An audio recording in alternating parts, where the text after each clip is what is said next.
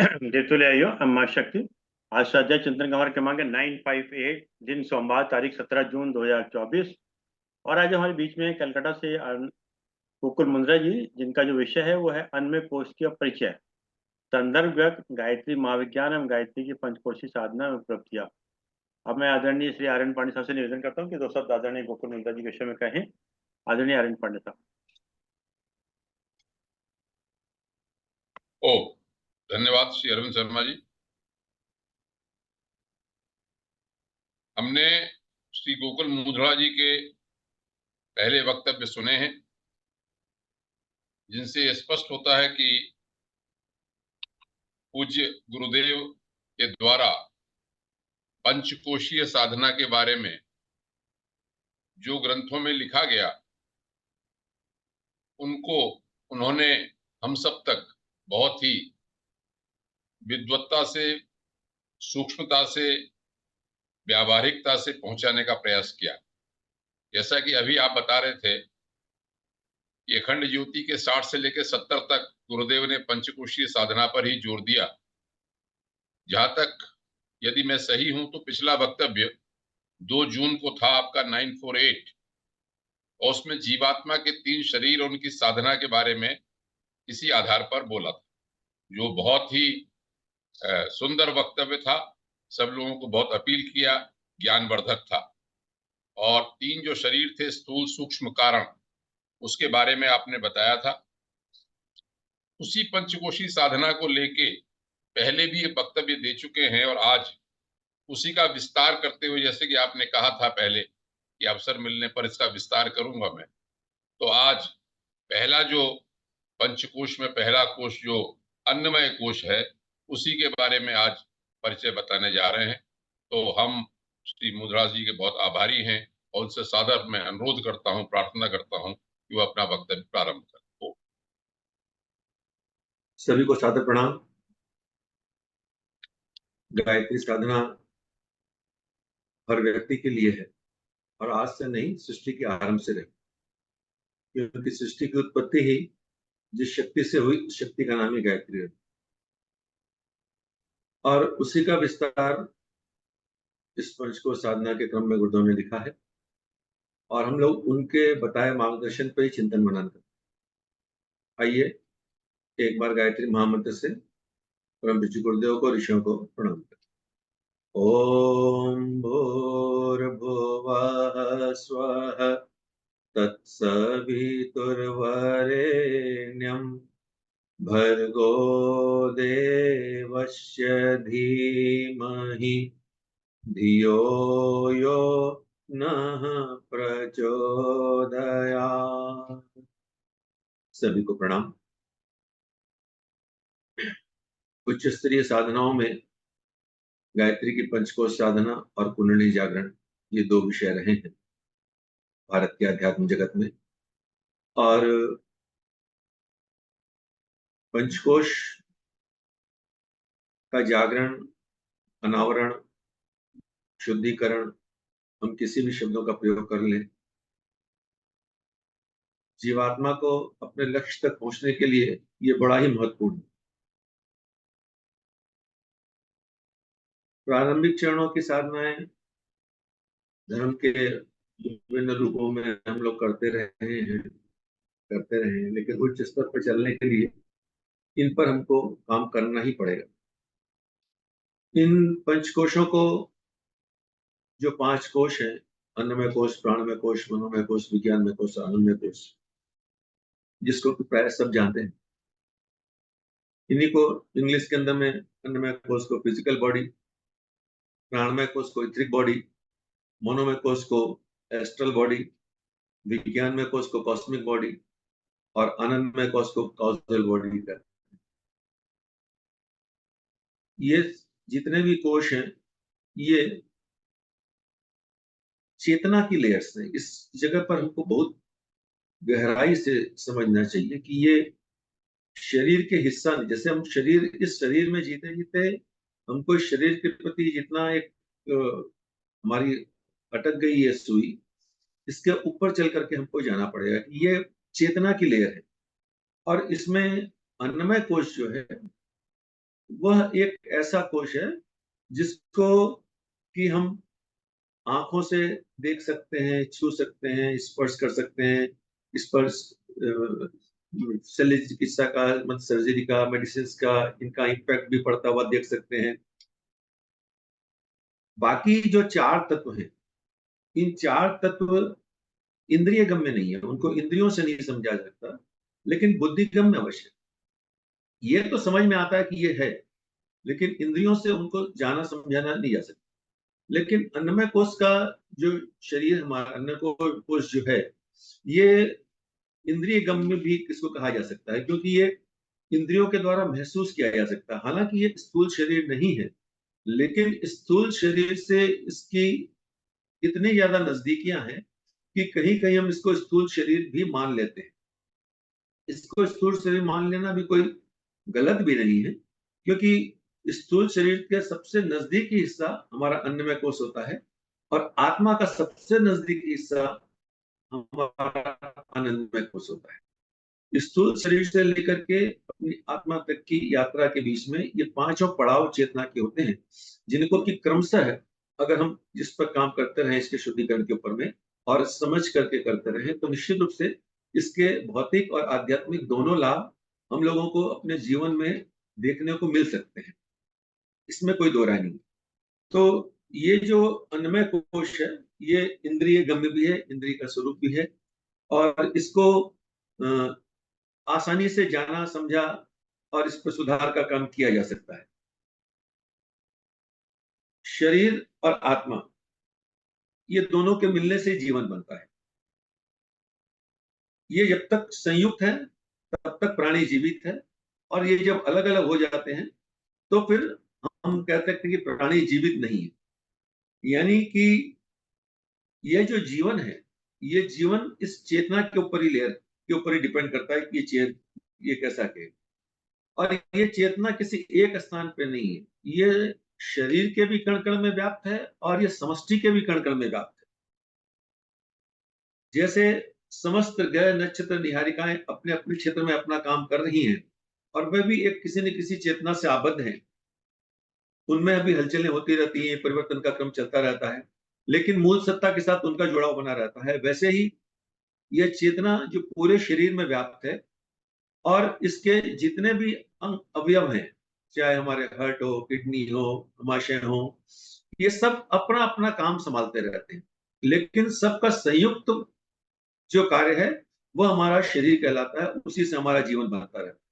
सबकी कार्य पद्धति अलग अलग है, सबका कार्य क्षेत्र अलग अलग है, लेकिन सबके सम्मिश्रण से ही हमारा जीवन का क्रम चल पड़ता है। भौतिक जगत में इसको समझने के लिए, स्थूल शरीर के लिए, हमको थोड़ी शरीर की एनाटॉमी और फिजियोलॉजी दोनों को हम डॉक्टर की तरह न भी समझे, पर थोड़ा थोड़ा जानकारी तो प्राय सभी के पास होती है और होनी भी चाहिए। एनाटॉमी मतलब जिससे कि शरीर की संरचना के ऊपर में हम जान सकें, अपने सेल्स को, अपने टिश्यूज को, उनको जान सकें। और फिजियोलॉजी मतलब हमारे अंग वो जिस तरीके से काम कर रहे हैं, वो हमारा फिजियोलॉजी हो गया। इन दोनों की हमको जानकारी होने से हम इसके पूरे क्रियाकलाप को समझ सकते हैं, जान सकते हैं, कर सकते हैं। इस पूरी प्रक्रिया को जानने के लिए हमारे पास में दो उपाय हो सकते हैं। एक इसके क्रियात्मक स्वरूप, और दूसरा इसका ध्यानात्मक स्वरूप। पहले हम लोग इसकी क्रियात्मक के ऊपर में चर्चा करेंगे कि क्रियात्मक क्या हो सकता है, और क्रियात्मक की चर्चा करने के पहले इसके विस्तार से इसको इन डेप्थ जाकर के अन्नमय कोश को समझने का प्रयास करें। क्रियाएं तो जब इसको अच्छी तरह समझ लेते हैं तो क्रिया करना आसान हो जाता है। अन्यथा क्रिया पर हमारा मन या हमारी दृढ़ता टिकती नहीं है, उसमें हमें भटकाव आने लग जाता है। तो ये अन्नमय कोश जो हमारा है जिसके ऊपर में आज हम लोग चर्चा करेंगे, उसको समझने का प्रयास करेंगे। शरीर को तो हम समझ लेते हैं, आंख से दिखता है, करता है, लेकिन इसके अंदर में जो चेतना की लेयर है, जो शरीर के साथ जुड़ी है, उसको समझने का प्रयास करें। विज्ञान की दृष्टि से देखें तो अन्य प्राणियों में और शरीर में, मनुष्य के शरीर में कोई बहुत बड़ा अंतर नहीं है, बल्कि वनस्पति जगत और शरीर में भी कोई बहुत ज्यादा अंतर। विज्ञान की भाषा में शरीर को हम एक चलता फिरता पेड़ भी कह सकते हैं। एक पेड़ भी धीरे धीरे क्रमिक बीज से विकसित होता है, फलता है, फूलता है, शक्तियां अर्जित करता है, श्वास देता है, अपने समान अपना भोजन बनाता है, पकाता है, प्रजनन करता है, अपने फल फूल देता है, और फिर एक समय बाद में उसके भी वो अंत भी हो जाता है, समाप्ति हो जाता है।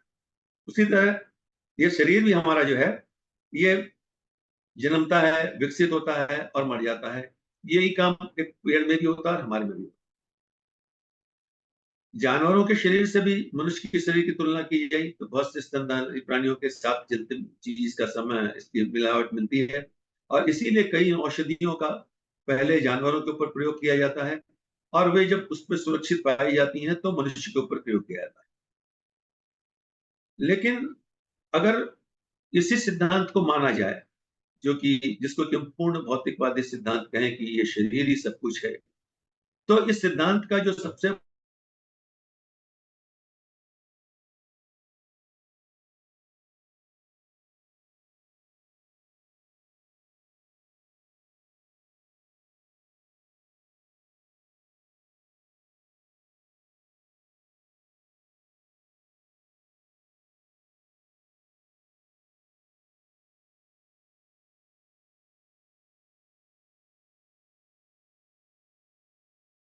जिस समस्याओं को दुनिया झेल रही है, शोषण के, उत्पीड़न के, ये सब उसी का ही विस्तार है। कोई भी व्यक्ति किसी का शोषण तभी कर सकता है जबकि वह यह माने कि मैं ही सब कुछ हूं और मेरा ये शरीर यहीं तक है, इसके बाद इसका कोई काम नहीं। जब कर्मफल का सिद्धांत हमारे जीवन में समझ में आने लग गया था और ये समझ में आता है कि ये यात्रा अनंत की तरफ चल रही है, तो शोषण की दिशा में भी व्यक्ति एक आगे बढ़ नहीं सकता, उसके पैर कांपने लगेंगे। तो जब से हमने मनुष्य को अन्य प्राणियों की तरह ही समझा, तो इसका बहुत बड़ा नुकसान हुआ कि इसका मानवीय सभ्यता का, मूल्यों का अवमूल्यन बहुत ज्यादा होने लगा। अब ये विशिष्टता परमात्मा ने हमको दी है। उपनिषदों में भी वर्णन आता है कि परमात्मा ने पहले इसका शरीर बनाया, उसका शरीर बनाया, बहुत सारे शरीर बनाए, और उसके लास्ट में मनुष्य का शरीर बनाया और देवता वहां वास करने लगे। तो इन सब का उद्देश्य जो है वो ये है कि मनुष्य के शरीर का महत्व समझा। परम पूज्य गुरुदेव ने जो आज के युग के अनुकूल जो बड़ा काम, जिसको कि मैं समझता हूँ कि मेरी एक छोटी सी बुद्धि में, वो ये है कि उन सारे तत्वों का एक वैज्ञानिक प्रतिपादन किया। उनकी एक पुस्तक हमारी वसीयत वारासत, जो कि उनकी अपनी ऑटोबायोग्राफी है, उसमें वो लिखते हैं कि जब हिमालय यात्रा का वर्णन करते हुए कि जब ऋषियों के पास गए और ऋषियों के सूक्ष्म शरीर से उनकी मुलाकात हुई, तो उनके आंखों में आंसू थे। वो ये कह रहे थे कि हमारे छोड़े हुए कार्यों को आगे कौन बढ़ाएगा। यानी उन कार्यों को आगे बढ़ाना ही गुरुदेव ने सारे जीवन उस काम को किया। गुरुदेव ने कोई नया धर्म, नया सिद्धांत, कुछ भी नया प्रतिपादित नहीं किया। उन ऋषियों के सिद्धांत को ही आज के समय के परिप्रेक्ष्य में, आज की भाषा में, आज के विज्ञान के साथ जोड़ करके प्रस्तुत किया है, ताकि यह पीढ़ी, आने वाली पीढ़ी इसको बहुत अच्छी तरह समझे। हमसे और या हमसे पहले की पीढ़ी किसी बातों को, बहुत सी बातों को इसलिए मान ली क्योंकि धर्म ग्रंथ में लिखा गया था, बड़ों ने कहा। लेकिन आज की आने वाली पीढ़ी तर्क, तथ्य और प्रमाण चाहेगी कि तर्क, तथ्य और प्रमाण के आधार पर बताइए ये बात क्या है, तो हमारे समझ में आएगी। अन्यथा वो बात समझेगी नहीं, और वो नहीं समझेगी तो पतन के और ही दौड़ती चली जाएगी। अब ये विशेषता जो है परमात्मा ने जो हमें दी है, ये हमारे रोम रोम में भरी है, पूरे शरीर के अंदर में भरी है। हम इसको थोड़ा सा समझने का प्रयास करें। जब अपने शरीर को देखते हैं तो लगता है कि उस कलाकार ने अपनी सारी क्षमताएं इस शरीर को बनाने के अंदर में अपनी झोंक दी, और इतनी अगर क्षमताएं भरी हैं तो इसका निश्चित रूप से कुछ उद्देश्य होना चाहिए। हम अपने शरीर के एक एक अंगों को देखें, समझें, समझने का विचार करें कि जैसे मान लीजिए कि हम हार्ट की बात करें, अपने हृदय की बात करें, तो एक ऐसा पंप जो कि जन्म के साथ से लेकर के मृत्यु तक अनवरत पंपिंग करता चला जाता, और उसके लिए आवश्यक बिजली भी वो अपने पेसमेकर के रूप में हार्ट के अंदर में उसको दे दी गई है, और वो अपनी बिजली भी खुद पैदा करता चला जाता। और पूरे शरीर के रक्त के संचारण का पूरा काम, इतना बड़ा पंप पूरे शरीर में रक्त का संचारण कर रहा है, रक्त को शुद्ध कर रहा है। इतना जबरदस्त फिल्टर उसके अंदर में लगाया है कि उसका फिल्टर कभी खराब नहीं होता। हमारे घर में हमने आरओ लगाया है, तो उसका आरओ का फिल्टर हमको बीच बीच में बदलना पड़ता, लेकिन ईश्वर ने एक ऐसा फिल्टर लगाया, और फिल्टर और पंपिंग स्टेशन दोनों साथ में बनाए हैं कि अगर विज्ञान इसको बनाना चाहे तो ऐसा बना नहीं सकता। हर्ट को ट्रांसप्लांट तो कर सकता है, इसका हर्ट उसके अंदर में लगा दिया, लेकिन इस तरह का हर्ट वो बना नहीं सकता। और कितनी क्षमताएं देके दी है कि 30% हमारा हर्ट अगर चलता रहे तो भी हमारा जीवन यापन आराम से हो जाएगा, और हमको 30% से जीवन चल जाएगा और 100% की क्षमता का हर्ट दे दिया। और उसके बावजूद अगर हम अपने हमको हृदय के रोग हो रहे हैं, तो निश्चित रूप से कहीं ना कहीं हमने इसका महत्व नहीं समझा और इसका उपयोग सही ढंग से नहीं किया, इसलिए ये सारे रोग हमारे जीवन में आ रहे हैं। शरीर की एक एक कोशिकाओं से कार्बन डाइऑक्साइड को निकाल के बाहर फेंकना, कितना बड़ा काम है हमारा हर्ट इसके अंदर में करता चला जा रहा है।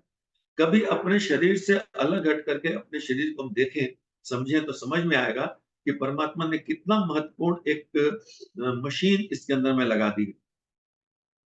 उसी प्रकार अगर हम अपने गुर्दों को देखें, किडनी को देखें, तो निरंतर वह शरीर के सारे विजातीय पदार्थों को छान करके शरीर से बाहर निकालने रहती है।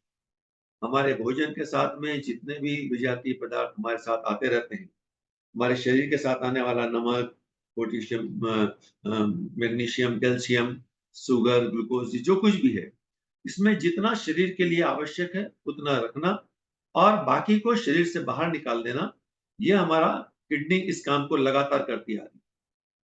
और एक किडनी होने से भी हमारा काम चल जाता है। भगवान ने हमको 2 किडनी, बहुत से लोग होते हैं अपनी किडनी जो है वो दान कर देते हैं, किडनी दान कर दी अपने बच्चे को और उनका भी काम चल रहा है, बच्चे का भी काम चलता चले आ रहा है। लेकिन भगवान ने 2-2 किडनी दे रखी, उसके बाद भी कहीं ना कहीं हमसे लापरवाही होती है, जिसके कारण हमको गुर्दे के रोग होने लगते हैं, इनकी मुसीबतों से हम उनको झेलने लगते हैं। इनमें जब इसके हिसाब से देखते हैं तो हमको लगता है कि इन किडनी का जितना डैमेज नमक करता है उतना कभी भी शुगर भी नहीं करता।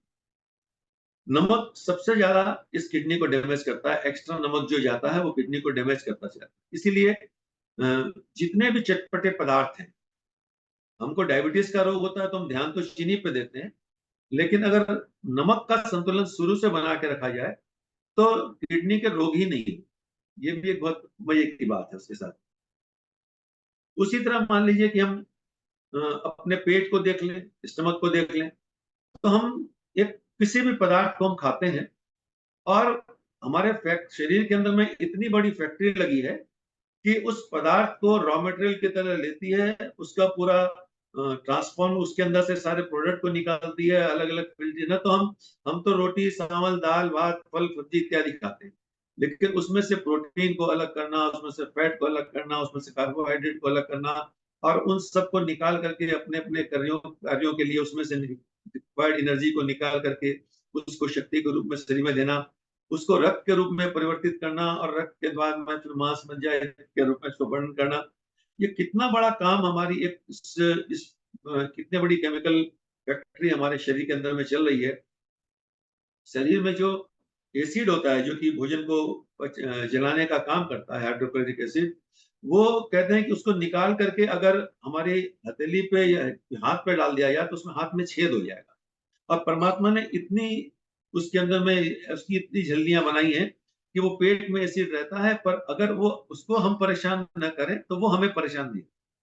उसको बनाया इसलिए गया है कि शरीर के भोजन को पचाए, लेकिन जब भोजन की मात्राओं को हम गड़बड़ाते हैं तब वो भी परेशान हो जाता है, उसकी परेशानी हमको और आपको झेलनी पड़ती है। अपनी आंखों को देख लें, आज हम हर कहीं जो भी कैमरे बने होते हैं उनमें फोकल लेंथ को एडजस्ट करना पड़ता है। ठीक है, आज मोबाइल के अंदर कैमरे आ गए हैं जो कि ऑटो लेंथ एडजस्ट, वो भी अपने आप एडजस्ट करते रहते हैं, चीजों को उसमें करते हैं। लेकिन आज भी जितने अच्छे कैमरे होते हैं उनको फोकल लेंथ एडजस्टमेंट उसमें लगा रहता है। पर आंख एक ऐसा कैमरा भगवान ने दिया कि कितनी दूर देखना हो, कितना पास देखना हो, दाएं देखना हो, बाएं देखना हो, उसका फोकल लेंथ अपने आप एडजस्ट होने लगता है। हर रंगों को, एक एक रंग में कितनी वैरायटीज होती है, और उन वैरायटी को डिफाइंड अलग अलग करना, ये आंख में कितनी बड़ी शक्ति परमात्मा ने उसको दे दी है उसके अंदर में।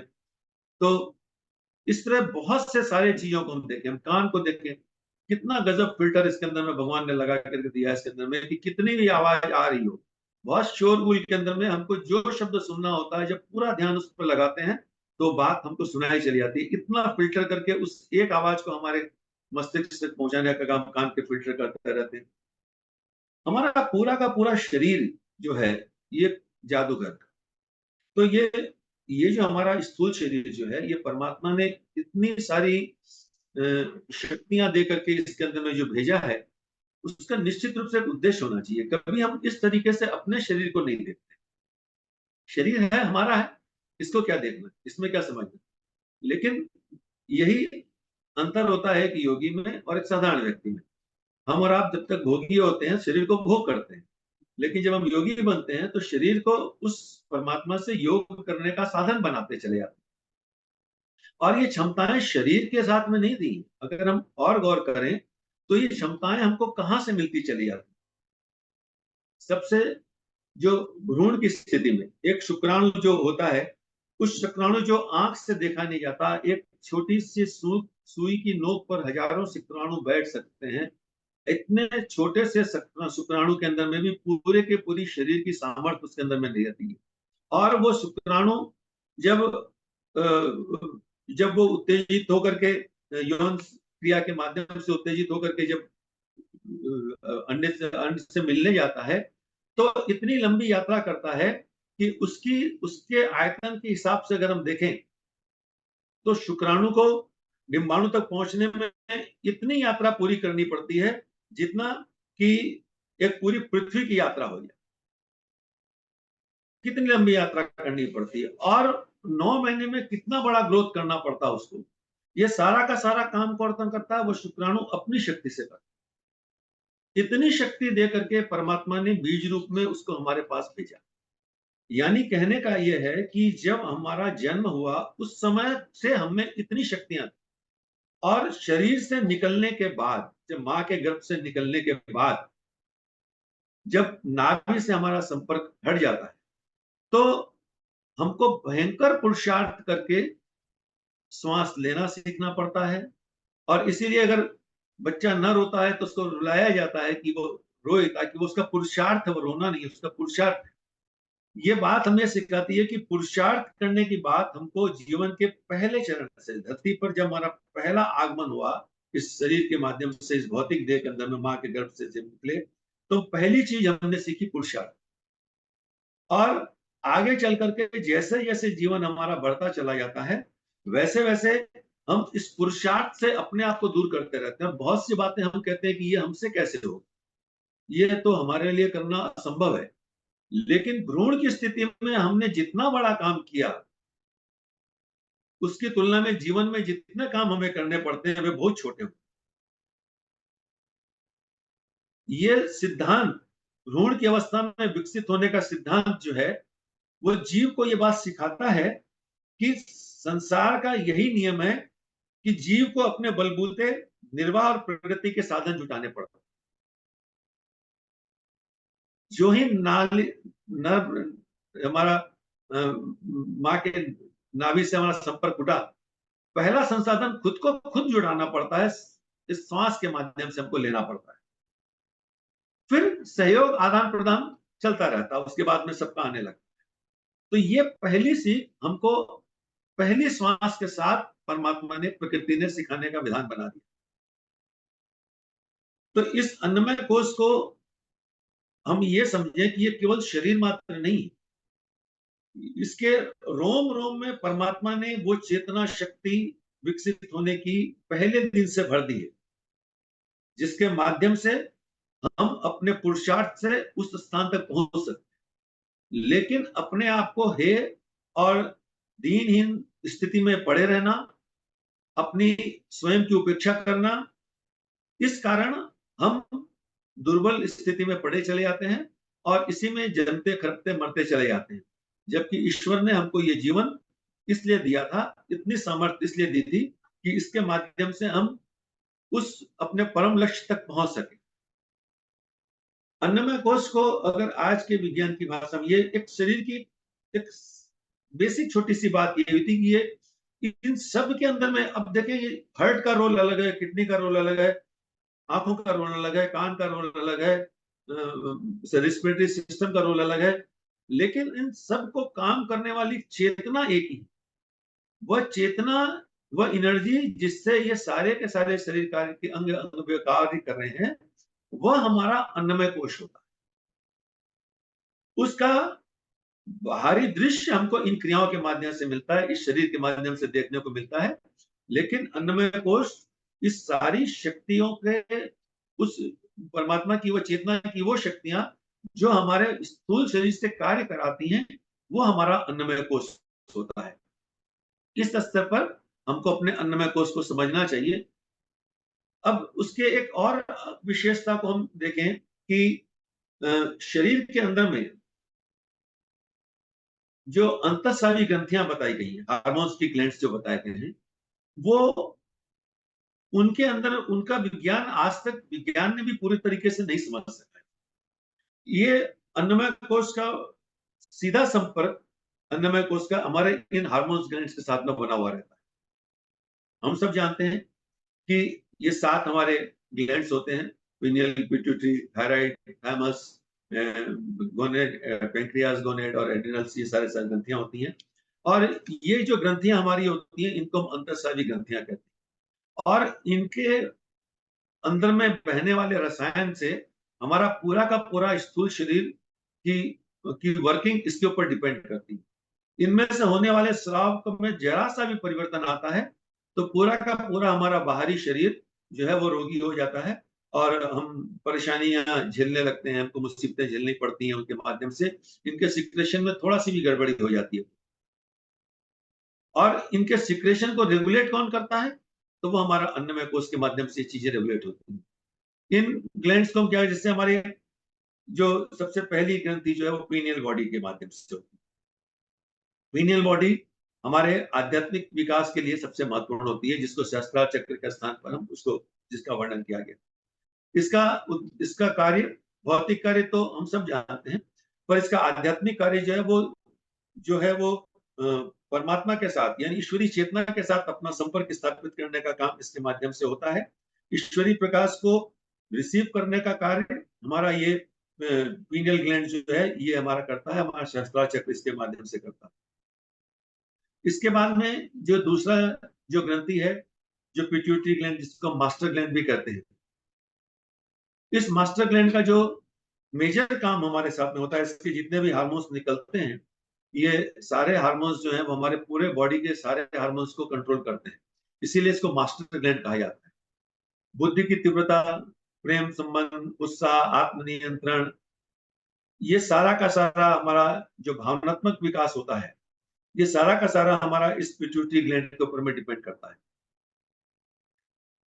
शरीर का विकास भी, ये सब चीज को ये पिट्यूटरी ग्लैंड करता रहता है। ये हमारा आज्ञा, यही हमारा आज्ञा चक्र, इसको इसलिए इसको आज्ञा चक्र कहा जाता है। इसकी आज्ञा से पूरा शरीर काम करता रहता है, इसलिए इसको पिट्यूटरी ग्लैंड भी कहते हैं, इसको आज्ञा चक्र भी कहा जाता है। से इसकी संतति बैठाई जाती है। यहाँ एक बात ये और बताने की बात ये है कि शरीर के विभिन्न अंगों से इसकी संगति बैठाई जा रही है। ये एग्जैक्टली वैसा नहीं है।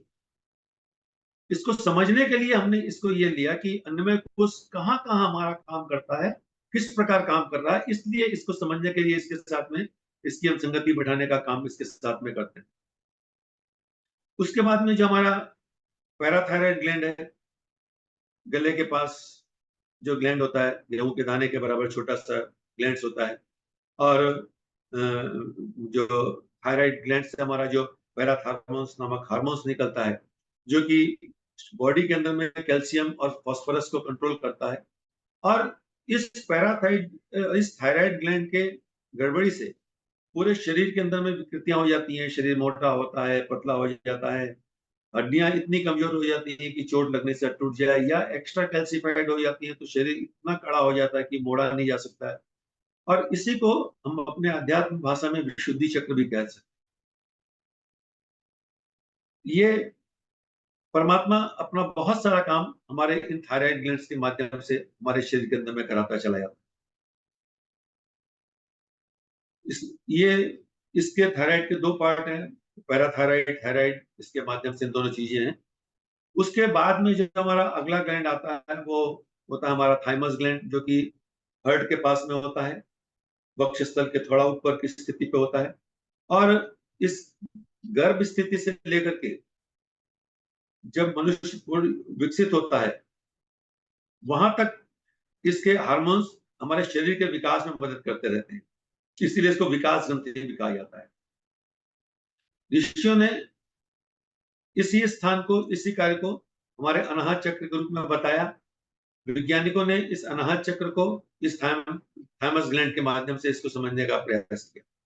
यही हमारी विकास की ग्रंथि है, पहले भौतिक विकास और बाद में आध्यात्मिक विकास, इसीलिए इसको हृदय चक्र भी कहा जाता है।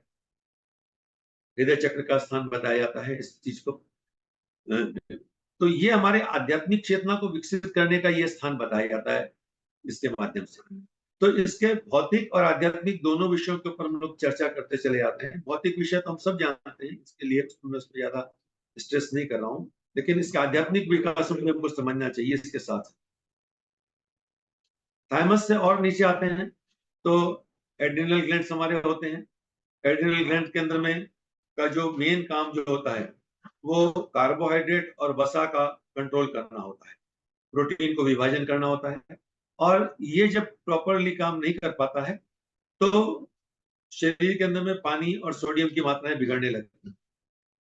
ये हमारा एड्रिनल एक्चुअल में हमारे स्वादिष्टान चक्र के स्थान के ऊपर में आता है। जल की पूरी मात्रा को नियंत्रण इसके माध्यम से करते चले जाते हैं, इसके माध्यम से करते हैं।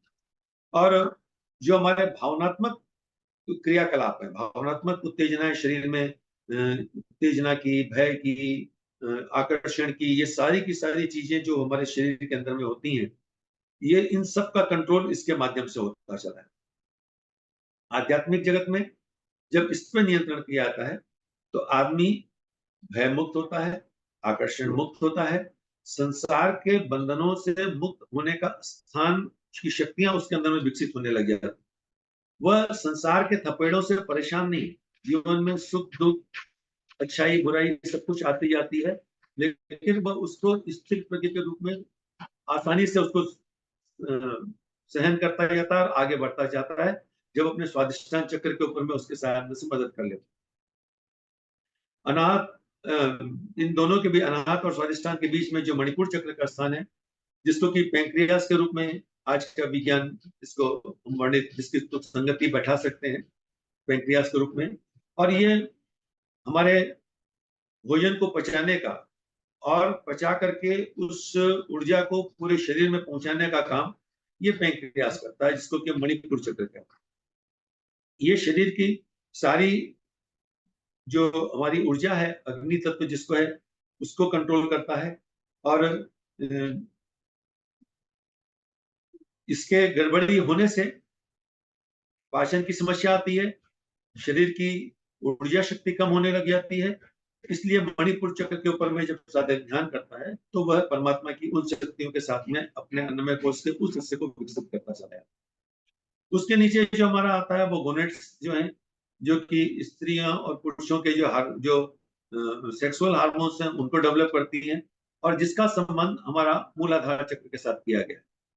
मूलाधार मतलब जो हमारा जीवन का मूल आधार है, उसको मूलाधार कहा गया है, उसके माध्यम से इसके ऊपर में होती है। तो इस चीज को समझने की आवश्यकता इसलिए पड़ जाती है कि इनको समझने से हम अन्नमय कोश की सारी जो कार्य प्रणाली है इसको समझ पाए। क्योंकि जब तक इसके महत्व को नहीं समझेंगे, इसकी कार्य प्रणाली को नहीं समझेंगे, तो इन पर कंट्रोल करना भी हमारे लिए बहुत मुश्किल होता चला जाए। अब इसके ये ग्रंथियां, ये जो इन ग्रंथियों को भी हम एक तरीके से अपना अन्नमय कोश का भी एक रोल कह सकते हैं कि इन ग्रंथियों की जो शक्तियों के माध्यम से हमारा अन्नमय कोश काम करता है।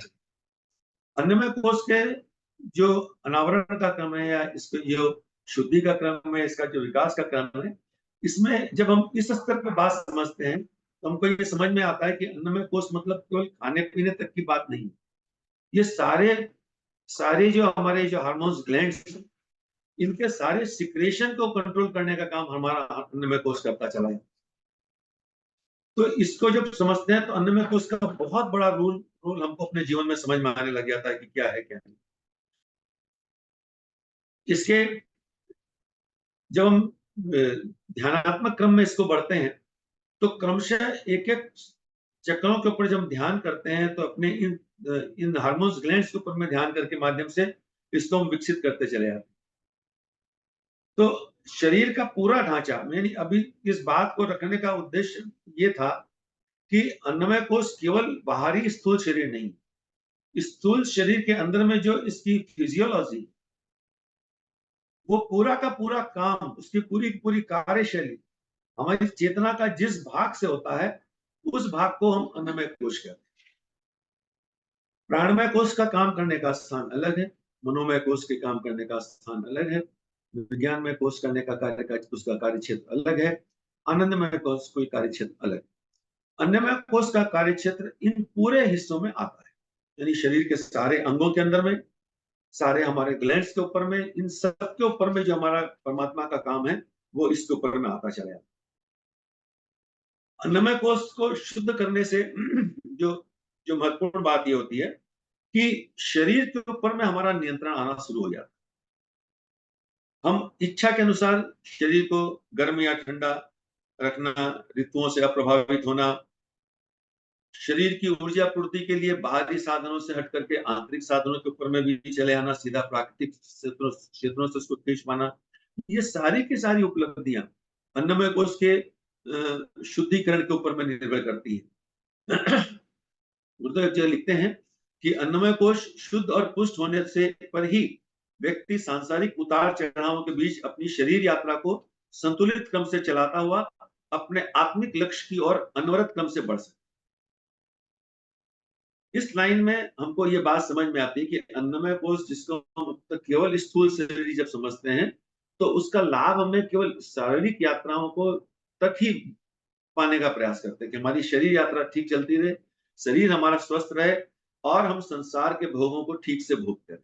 शरीर स्वस्थ होने का, हमारा स्वस्थ रखने का सबसे बड़ा लक्ष्य हमको जो भौतिक जीवन में आम आदमी के पास होता है वो ये होता है कि शरीर को स्वस्थ रख करके हम संसार के भोगों को अच्छी तरह भोगें। जबकि यहाँ गुरुदेव लिखते हैं कि शरीर यात्रा को संतुलित क्रम से चलाता हुआ आत्मिक लक्ष्य की ओर अनवरत क्रम से ये बढ़े, ये अन्नमय कोश की साधना का उद्देश्य हो जाता है। मोटे तौर पर जब हम इसके चर्चा करते हैं तो शरीर सौष्ठव की बात ही समझ में आती चली जाती।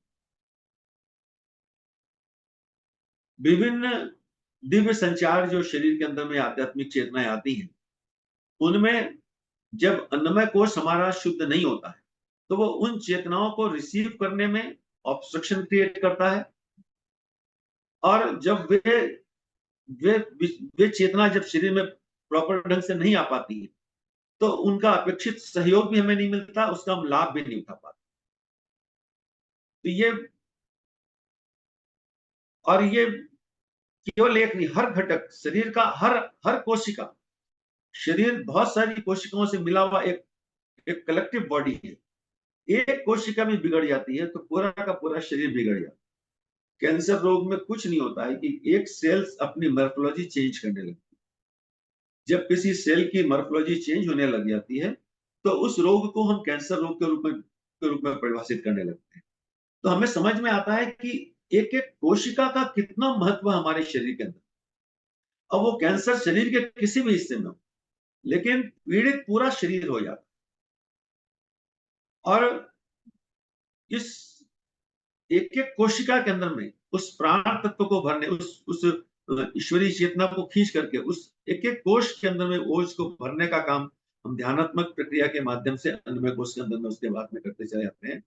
तो अन्नमय कोश की साधना में मनुष्य न केवल अपने पेट को ठीक करता है, न केवल अपने अंग को पुष्ट करता है, बल्कि अपनी एक एक कोशिका को मजबूत करता चला जाता है, अपनी एक एक कोशिका को शुद्ध करता चला जाता है। और इन सब के शुद्धिकरण के द्वारा ही हमारे अंदर में परमात्मा चेतना को समझने की, जानने की शक्तियां बढ़ती चली जाती। उच्च स्तरीय साधना में सारा शरीर जो है हमारा मुख्य साधना का सहयोगी हो। शरीर, अगर ये शरीर साथ ना दे तो हम आध्यात्मिक साधना के क्रम में बढ़ ही नहीं सकते। इसीलिए जैसे हम विपश्यना इत्यादि केंद्रों में भी जब जाते हैं तो वो पहली चीज ये सिखाते हैं कि आप शरीर को बिना हिलाए डुलाए एक स्थान पर किस प्रकार हम बैठ सकते हैं। आरंभिक चरण वहां से होता चला जाता है। जब अन्नमय कोश शुद्ध होता चला जाता है तो अन्नमय कोश की हर इकाई उसके अंदर की सूक्ष्म संवेदनाओं को अनुभव करने, स्वीकार करने और उसके अनुरूप प्रभाव पैदा करने में सक्षम हो जाता। ऐसा गुरुदेव लिखते हैं इसमें इस वाङ्मय के अंदर में कि ये रिसीविंग एक एक यूनिट से होने लगता। जैसे मिट्टी के ऊपर जल डालते हैं तो मिट्टी का एक एक कण उस जल को शोषित करता है। मिट्टी का एक एक कण उस जल के साथ अपने जीवन में धारण करता रहता है। तो अन्नमय कोश का जब परिष्करण होता है तो शरीर का प्रत्येक अंग उस परमात्मा शक्ति को ग्रहण करता है, उस सूक्ष्म संवेदनाओं को ग्रहण करता है, उसको स्वीकार करता है।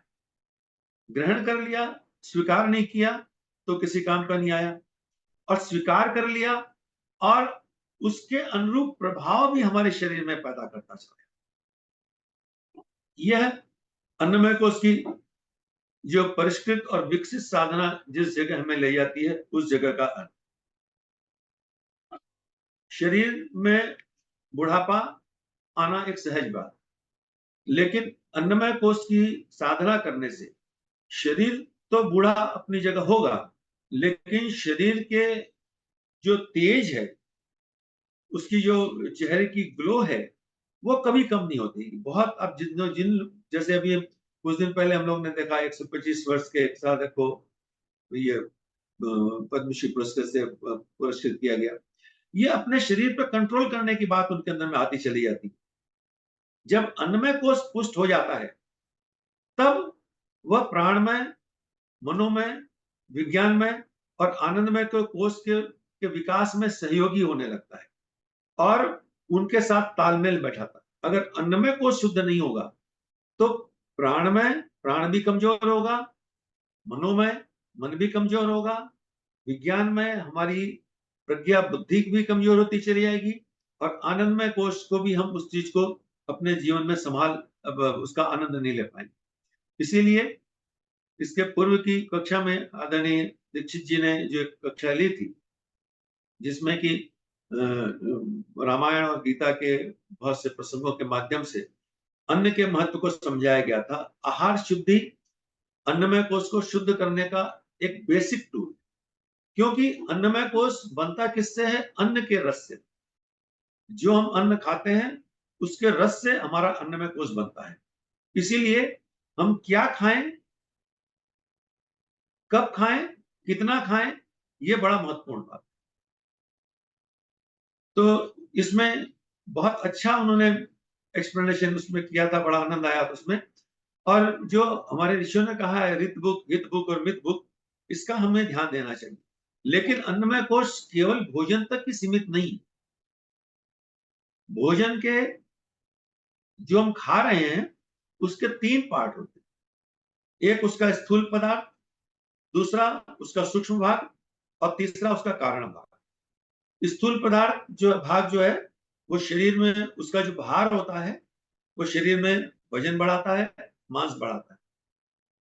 अन्न का सूक्ष्म भाग जो होता है वो शरीर को शक्ति प्रदान करता है, और अन्न का कारण हिस्सा जो है वो शरीर के जो हमारे चिंतन धारा, सोचने विचारने की धारा को उसको प्रभावित करता है, हमारे चिंतन को प्रभावित करता है, हमारे संस्कारों को प्रभावित करता है। इसलिए हम क्या खा रहे हैं ये महत्वपूर्ण नहीं है। लेकिन जब हम इस चीज को समझ लेते हैं, इस बात को इसलिए रखा गया कि जब इस बात को समझ लेते हैं तो हमको ये लगता है कि कितना महत्वपूर्ण हो जाता है। हमारे शरीर का एक एक अंग उसके ऊपर में काम करता रहता है। हम इस भौतिक जीवन को जी रहे हैं, बहुत जगह ऐसा जगह हमको जाना पड़ सकता है जहाँ पे कि हमको अपने अनुरूप भोजन न मिले। तो वैसे स्थिति में हम कैसे जिए?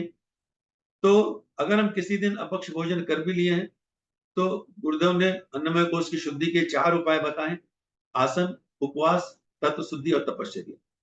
केवल अन्न ग्रहण करना इसका एक छोटा सा हिस्सा है।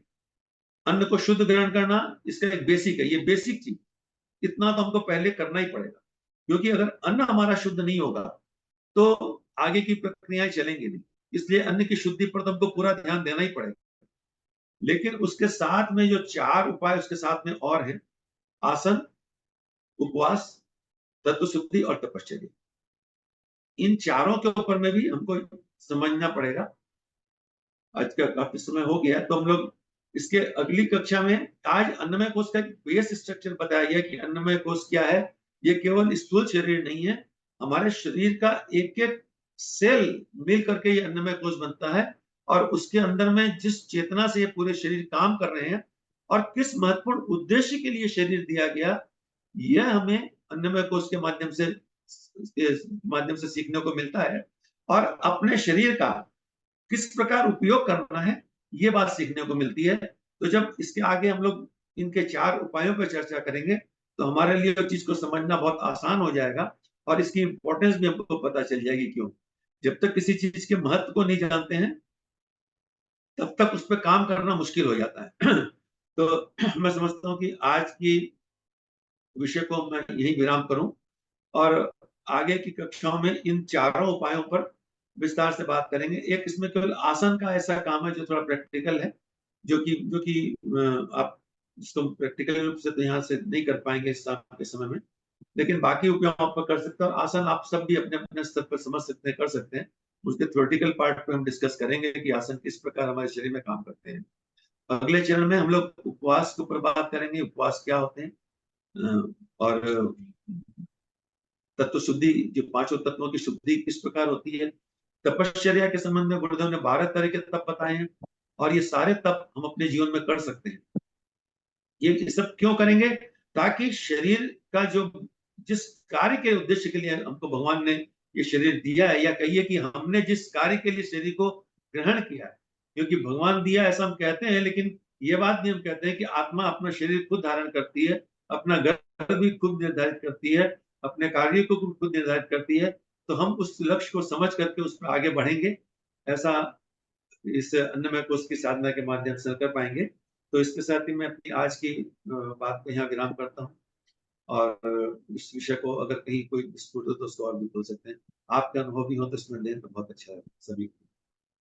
बहुत बहुत धन्यवाद आदरणीय कुकुल मुंद्रा जी। सभी लोग अनम्यूट हैं, अगर किसी को कोई प्रश्न है पूछ सकते हैं, फिर बाद में आर एन पांडे साहब ने कुछ नोट्स बनाए, ऋषि साहब ने बनाए हुए हैं, तो अंत में पांडे साहब बोलेंगे। ये मैं बहुत ये सुनकर बहुत अच्छा लगा मुझे अन्वय कोश के बारे में, क्योंकि इसके प्रति मेरी रुचि तो है, कभी मैंने पढ़ा नहीं है। जो जो मेरे समझ में आता है ऑब्जर्वेशन से वो मैं देखता जाता हूँ, करता जाता हूँ और अपने स्वभाव में डालता जाता हूँ। कभी किसी किताब में या किसी तरीके से पढ़ने की कोशिश नहीं की, सिर्फ मैंने यही कोशिश किया कि मैं शरीर को कैसे ठीक रखूं। मगर शरीर के ठीक रखने के साथ साथ मुझे अपना उद्देश्य कभी नजर नहीं आया कि मुझे करना क्या चाहिए। मैं शरीर इस जीवन में आया हूँ तो किस उद्देश्य से आया हूँ। जो काम मिलता गया करते चले गए, सर्विस करते गए, बच्चे पैदा हुए वो सर्विस करते चले गए और आगे चले गए। मगर हमारा जो रियल उद्देश्य है वो आज तक मुझे समझ में नहीं आया।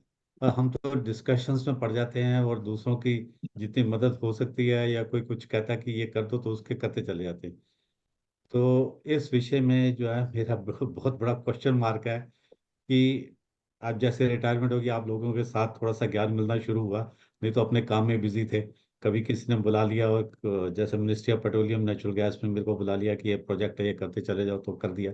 31 मार्च को मैं रिटायर हुआ। आगे ये नहीं समझ में आता कि करना क्या है, कि उद्देश्य क्या।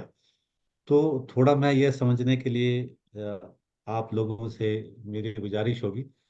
तो एक लाइटनिंग जो लाइट होती है ना जिंदगी के अंदर की, एक रोशनी मेरे को चाहिए कि मुझे आगे का जीवन कैसे व्यापन करना है और मेरा उद्देश्य क्या होना चाहिए। तो इस आज मेरे सब्जेक्ट उद्देश्य को तो देखिए फिर आप उसका बताइए। अन्न में कोश का सब्जेक्ट था आज। हाँ, तो अन्य ये कोर्स से नहीं, वो सब्जेक्ट है, उसमें सारा तो शरीर अब वो साइंस के हिसाब से सारा कुछ मिला। आपका तो आपका अल्टीमेटली हम शरीर ठीक आपका रखें, प्रश्न अलग है करेंगे कुछ, क्या, करें वो क्या अलग शरीर के। ये ऋषि साहब ये सभी से पूछा है, सर गोकुल मुंद्रा जी ने, वो आप सभी लोगों से वैसे पूछा है। सभी से पूछ रहे हैं, ये सिर्फ उन्हीं से नहीं अच्छा पूछ रहे अच्छा अच्छा कि, अच्छा। अरे हाँ सभी से सभी कह से रहे हैं वो। कि आगे हमारा। मैं क्या आप सब्जेक्ट पे रहे तो ठीक है था। ये नहीं सर नहीं, सब्जेक्ट ये में तो मैं सब्जेक्ट हूँ से ही, जुड़ी वो हुई तो बात समझ ही में आ है, गया कि ये सारा कुछ है। क्योंकि आगे हमारा क्या इस उद्देश्य शरीर होना से चाहिए। करना क्या है, हाँ बात शरीर आपका से, ये है, इस शरीर से करना हाँ क्या है। हाँ वस्तुतः उद्देश्य। हमारा जो हमारे आर्ट्स ग्रंथों का अध्ययन का क्रम अगर हम लोग को स्कूल की पाठ्यशाला में करा दिया गया होता हम्म, तो ये लक्ष्य हमको बहुत अच्छी तरह स्पष्ट हो जाता। हम्म, आत्मावारे ज्ञातव्य श्रोतव्य दिष्टव्य, ये जो बात वेद मंत्रों में आर्ट्स ग्रंथों में हम लोग को बताई गई, ये हम लोग तब सीखते हैं जबकि जीवन के सारे काम को करके निकल आगे की यात्रा। लेकिन कोई बात नहीं, ये तो इस शरीर की यात्रा के 60 वर्ष हुए हैं ना, आत्मा की यात्रा तो अनंत है, और जहां से हम यात्रा छोड़ेंगे वहीं से हम यात्रा आरंभ भी करें। तो हमारे लिए तो ये सबसे अच्छा समय है कि जब हमने अपने जो हमारे ऋषियों ने जो आश्रम 4 वर्णाश्रम बनाए, वो इसलिए बनाए कि वानप्रस्थ में आकर के हम गृहस्थ से जब मुक्त हो गए हैं तो गृहस्थ के कार्यों को 20% तक ला के रोक दें, 80% वानप्रस्थ के कार्यों में अपने लगे, जिसमें अपनी आत्मचिंतन, आत्मशोधन, आत्म सुधार और आत्म विकास, ये 4 चरण ही हमारे जीवन के लक्ष्य। आत्मचिंतन करें, भाई बहुत जीवन जी लिया, और आगे क्या, आगे भी हमारी जितनी यात्रा हमको जीना ही है, आखिरी सांस तक जीना है। और आत्मचिंतन, आत्मशोधन, अभी तक की यात्रा में जो कुछ हमारे गड़बड़ियां हमको अपने दिखती हैं, अपने चिंतन के माध्यम से, मेरे जीवन की गलतियों को मेरे अलावा मुझे कोई नहीं बता सकता। जो ही कोई व्यक्ति मुझे कहेगा कि तुम्हारे में ये दोष है, तो मैं पहले उसको ये बताऊंगा कि मेरे में ये दोष नहीं है, इन इन कारणों से, इन इन परिस्थितियों से मैंने ये काम किया। और ज्यादा हिंसक होऊंगा तो ये कहूंगा कि ये दोष तो सभी में है, तुम में नहीं है क्या। तो अब ये चिंतन, जब हमारा संसार का वो काम पूरा हो गया, तो अब अपनी आत्मा की तरफ हम मुड़े, अपने आप को देखें, अपने आप को समझें, अपने आप को जानने का प्रयास करें। और उसमें पहला चरण हमारा अन्नमय कोश की साधना के रूप में है, क्योंकि शरीर के माध्यम से हम आगे की सारी यात्राओं को करें। आत्मचिंतन, आत्मशोधन, आत्म सुधार और आत्म विकास करना, अपने अंदर में सद्गुणों का विकास करना, ये परम लक्ष्य आदमी को है, और ये अंतिम सांस तक चलना है। बहुत सुंदर। ये इसमें तो गोकुल समझ में जी, आता है एक कि गुड्डे हमको का क्या विचार करना है ना कि हर एक ने सामने वाले को है। दोषी, अपने को निर्दोष ठहराया, किसी ने अपने आप शुरुआत नहीं करी, तो शुरुआत हमेशा अपने आप से करनी पड़ेगी ना। जी तो सर, सवाल हम तो अपने अपने आप से करना है, कर प्रश्न क्या सकते अपने हैं से का दूसरे के लिए। उत्तर भी हम्म। अंदर ही मिलेगा। वैसे तो अगर देखा जाए खुद की एनालिसिस ही करनी है, और वो और देखिए, जहाँ तक गोकुल जी ने, मगर अगर वो कहता है ना आदमी एनालिसिस के साथ गलतियां हैं, तो साथ कहता है तुम्हारी उद्देश्य गलती क्या यहाँ है, है। मेरी गलती वहाँ है, मतलब उसको गलतियों को जस्टिफाइड करता है ना आदमी। हाँ, हम्म, वो उसको अपना लक्ष्य नहीं पता इसलिए करता है। शारीरिक, वो शरीर की चीजों को जस्टिफाई करता है ना, आत्मा के लिए कहाँ जाता, आत्मा की तरफ यात्रा ही नहीं शुरू होती है हमारी। गुरुदेव का वो थॉट, अपना सुधार संसार की सबसे बड़ी ये सेवा है। ये चारों पांचों को जब हो जाएंगे तो पता चल जाएगा लक्ष्य क्या है जीवन का। बिल्कुल। हाँ, मैं यही कहना चाह रहा था एक्चुअली, कि हाँ, मैं यही कहना चाह रहा था, आपका सब उत्तर मिल जाएंगे पांचों को जब इसका हो जाएगा पूरा। पांच ये मिनट में आपका क्या। उत्तर सागर साहब मिल गया आपको, कि ये जब पांचों कोष की आप यात्रा कर लेंगे, शुद्धि कर हाँ। लेंगे, जाएंगे इसको, तो आपको पता चल जाएगा कि आपका लक्ष्य क्या है जीवन। और और सबका मुझे कोई याद है। है गुरुदेव ने कहा है कि 2-2 साल एक कोष पर लगाते जाए तो 10 साल में पूरा काम हो। हाँ भाई, आप बता, पहले ही बताया था 2 2 साल लगाने के लिए बस। चलिए साहब, और कोई किसी का प्रश्न है पूछ सकते हैं, तो फिर आदरणीय पांडे साहब धन्यवाद देंगे। गोकुल जी, मेरे ख्याल से अगर हमारे पाठ्यक्रम में पहली जो पुस्तक है गुरुदेव की, मैं क्या हूँ, अगर कहीं वो स्टार्ट कर दिया जाए तो समझता जीवन का लक्ष्य मालूम पड़ जाएगा। चाहे जितने मठ हैं, चाहे बिल्कुल जितनी बिल्कुल। वो हैं, ये किताब ही पढ़ा दिया है ना। मैं मठ क्या हूँ रहे तो हैं। मैं क्या हूँ तो बहुत ऊंची क्लास, वो तो शुद्ध विज्ञानमय कोर्स का पूरा चैप्टर है पूरा का पूरा। लेकिन ये पूरा पंचकोश का विज्ञान ही स्कूल विज्ञान अगर एजुकेशन सिस्टम में आ जाए सब तो कुछ है ही, सब कुछ पता चल जाएगा, सब कुछ पता चलिए आदरणीय पांडे साहब।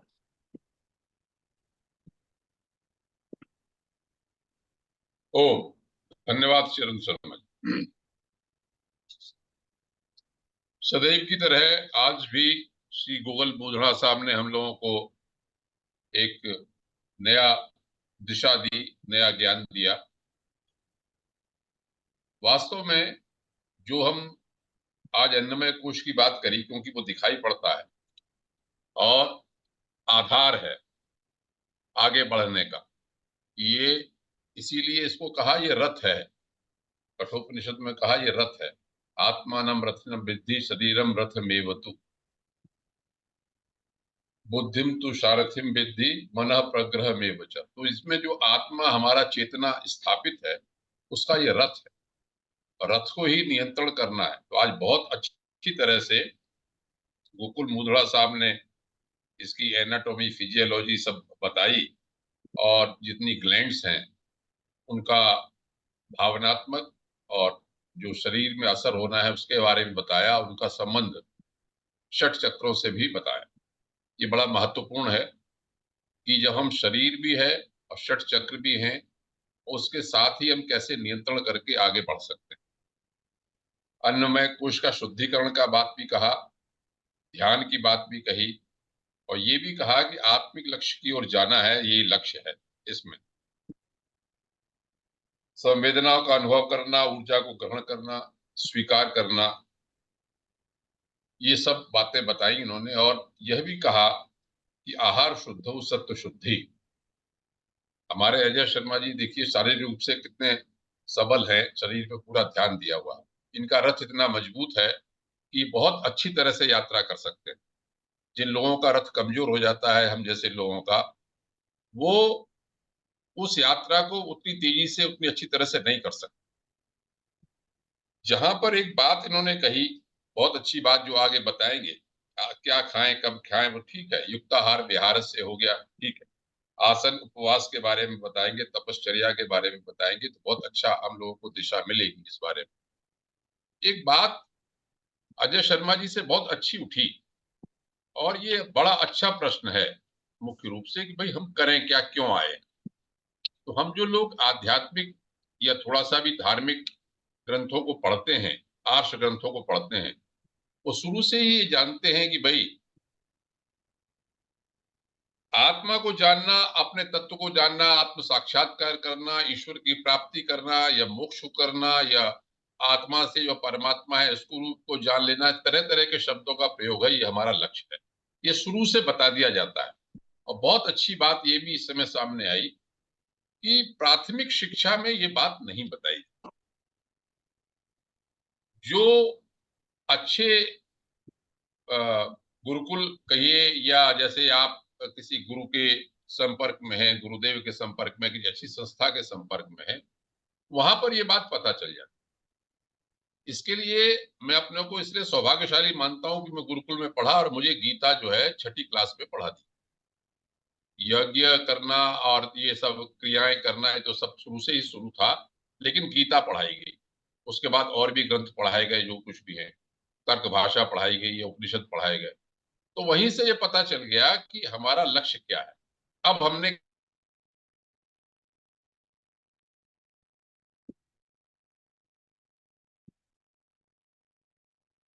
मेरी उन्नति बहुत आध्यात्मिक उन्नति होती, सामान्य व्यक्ति की तरह से मैं संसार के भोगों में ही लगा रहा। बच्चे हुए, बच्चों को पढ़ाना है, पैसा इकट्ठा करना है और भोग करना। जो कुछ भी थोड़ा बहुत समय मिला उसमें किसी साधु संत का पुराने पुण्यों के कारण, कर्मों के कारण साथ हो गया, ग्रंथों को पढ़ लिया। संस्कृत होने के कारण मैंने औरों की अपेक्षा कुछ ज्यादा पढ़ा, ये बात मैं मानता हूँ। लेकिन बात अजय शर्मा जी की बिल्कुल जो प्रश्न है बहुत ही सटीक है और मुद्रा साहब ने उत्तर भी बहुत अच्छी तरह से दिया कि ये कोई वृद्धावस्था का काम नहीं है अपने को जान। ब्रह्मचर्य अवस्था ही एक ऐसी अवस्था होती है जबकि आदमी की नींव बड़ी मजबूत कर दी जाती थी तपश्चर्या के द्वारा, उसे सब बताने के लिए कि आपको आगे चल के ऐसा करना है, गृहस्थ जाना है, फिर वानप्रस्थ जाना है और तैयारी करनी है बिल्कुल ही अपने आत्म तत्व को जानने। तो आत्मचिंतन, सुधार, शोधन की बात सब कहते हैं। इसी बात को संक्षेप में यदि हम गीता पढ़ते हैं तो मैं उस बात को विषय से हटके ही इसको कहना चाहता हूं। अजय शर्मा जी को इसका उत्तर मिल जाएगा कि हमारा लक्ष्य क्या है।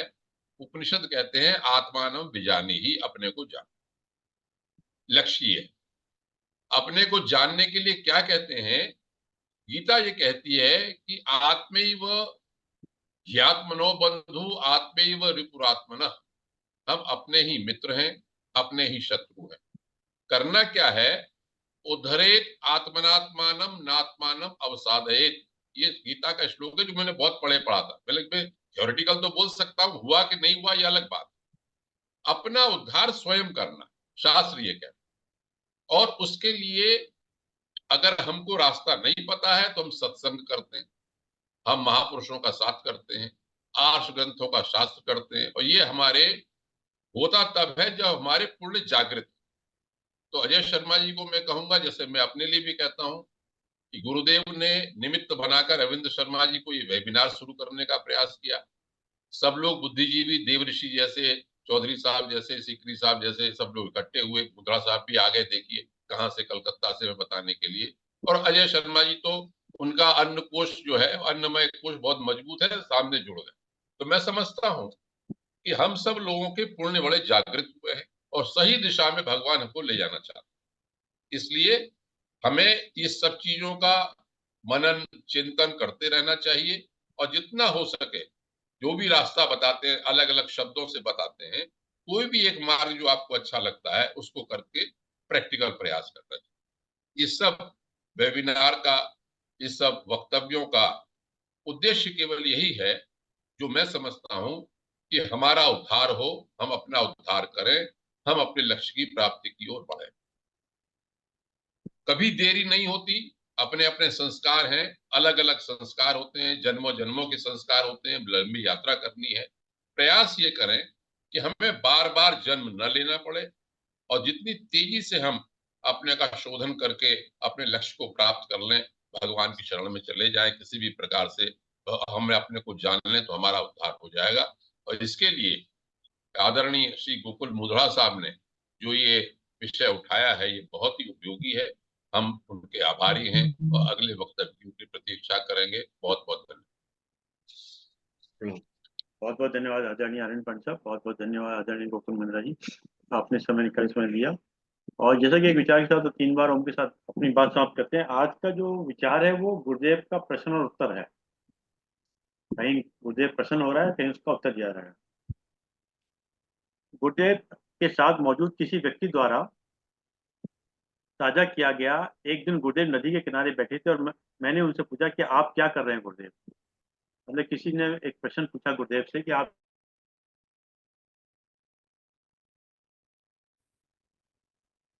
सर, आप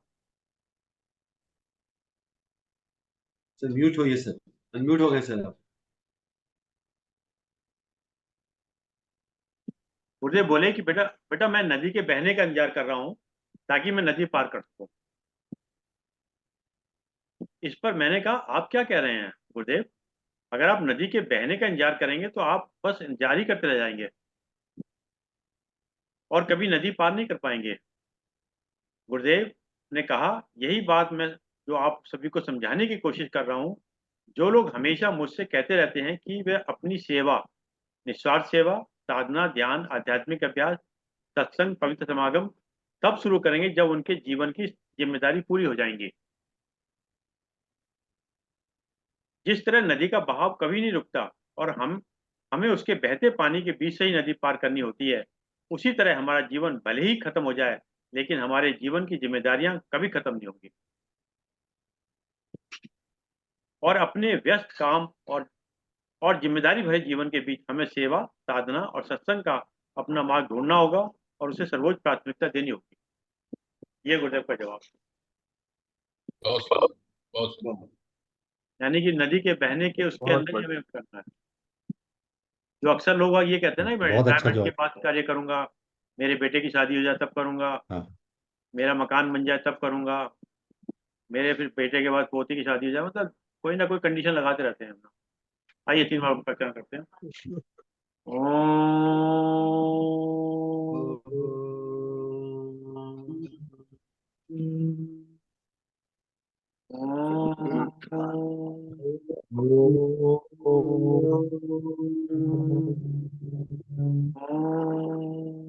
शांति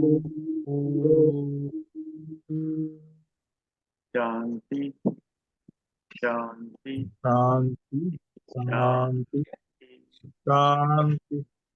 सभी को प्रणाम। सभी को प्रणाम। प्रणाम।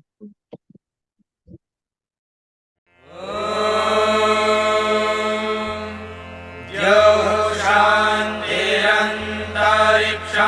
शान्तिः पृथिवी शान्तिरापः शान्तिरोषधयः शान्तिः वनस्पतयः शान्तिर्विश्वे देवाः शान्तिर्ब्रह्म शान्तिः सर्वं शान्तिः शान्तिरेव शान्तिः सा